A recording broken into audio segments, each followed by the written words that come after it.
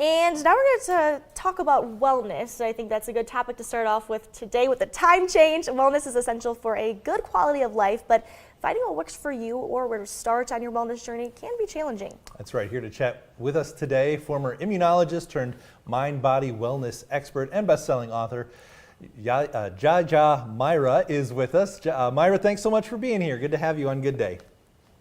Good morning, Rachel. Good morning, Bill. Thanks for having me today. Well, we're glad to. Tell us a little bit about your journey with wellness and what sparked your passion for it.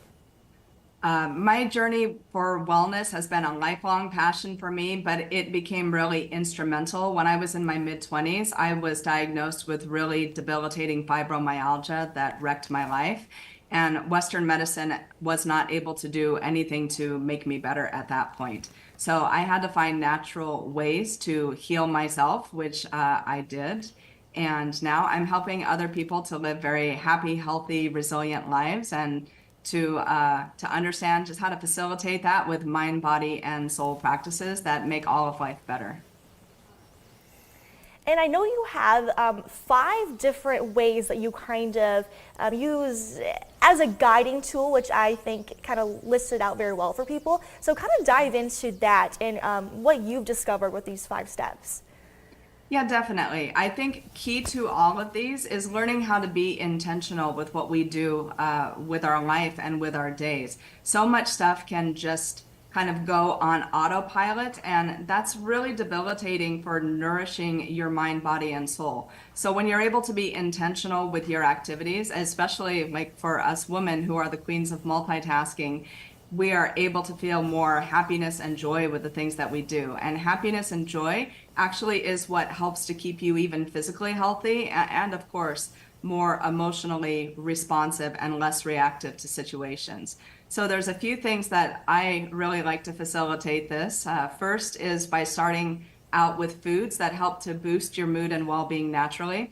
Rachel, did you know that there's certain foods that can actually boost your serotonin and dopamine levels naturally? I did not realize that, but I'm intrigued and I need to know exactly what they are. There's quite a few, but some of my favorites and staples that I think are in many people's diets would be eggs, tofu, salmon, nuts, spinach. These are really great things that we can do to boost serotonin, which is the happy hormone in our body. These are going to elevate your mood naturally.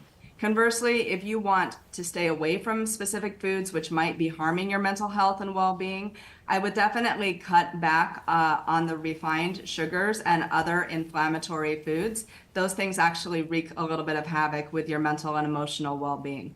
So just adding in a few foods which can boost your mood is great, and it's a great way to be intentional. But I also think it's important that we all move every day, right? But it's super important to tune into the things that work for you for movement, because we're all different. We have different needs, we have different body types and structures. So being intentional with finding those things that make you feel good is really important. Like for me, I am a competitive ballroom dancer, so you will find me dancing just about every single day. But you need to find those things that work for you. What are some things that you enjoy? I really am liking Pilates lately. It's a good way to kind of use your own body strength. I agree. But I like that you mentioned to find what works best for you, because I think sometimes it's so easy to put people like in a box of like, oh, well, you should weightlift every single day, or you should train for a half marathon. And not everybody's body likes to run, or it's good for their body. No, so my body hates to run. Yes. My body loves Pilates reformer. My body loves dancing.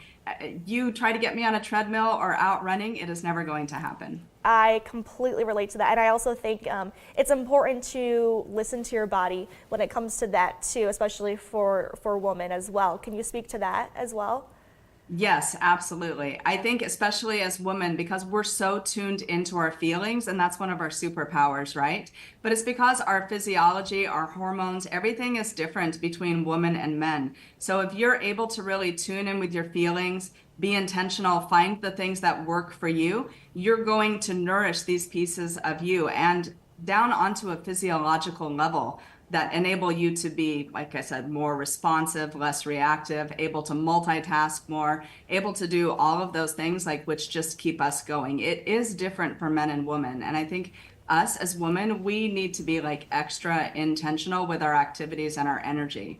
So like we just talked about making sure that you're moving, creating those moments of stillness each and every day is just as important, especially for a woman. So finding something that you like to do every day that is just for you, even if it's just for 10 or 15 minutes to where you can be still and peaceful and take a little bit of time for yourself. Yes. I would say if you can add that into your day, you're going to see a lot of improvements to your mental and emotional well-being. Like I always start my day with a cup of tea. That's like my time to regroup and recenter and contemplate and just take stock of all the good things that are in my life. Absolutely. I think that's important as well. Finding what works for you. And I know that you also have a couple of different books that focus on wellness and just really taking care of yourself, which I think is something we should all really be leaning into this year. Tell me more about those two books. Well, you can see them up on my bookshelf, but my most recent book, The Soul of Purpose, helps people to understand the connections between spirituality, purpose, and physical health and well-being. And it offers a step-by-step approach that's going to help you build upon things naturally and create synergy. We have so little and limited time. I think that learning how to create harmony and synergy between the things that we do is super important if you want to be successful. So the book can definitely help with that with very practical strategies. I love it. That's great. Jaya Jaya Mira, thank you so much for being with us. We will share more of this interview, of course, and details on your books over on our website at 9and10news.com. Thanks for the tips. Yes, thank you. To get us into a knowledgeable. new season of wellness. Thank Very you again. encouraging. Thanks.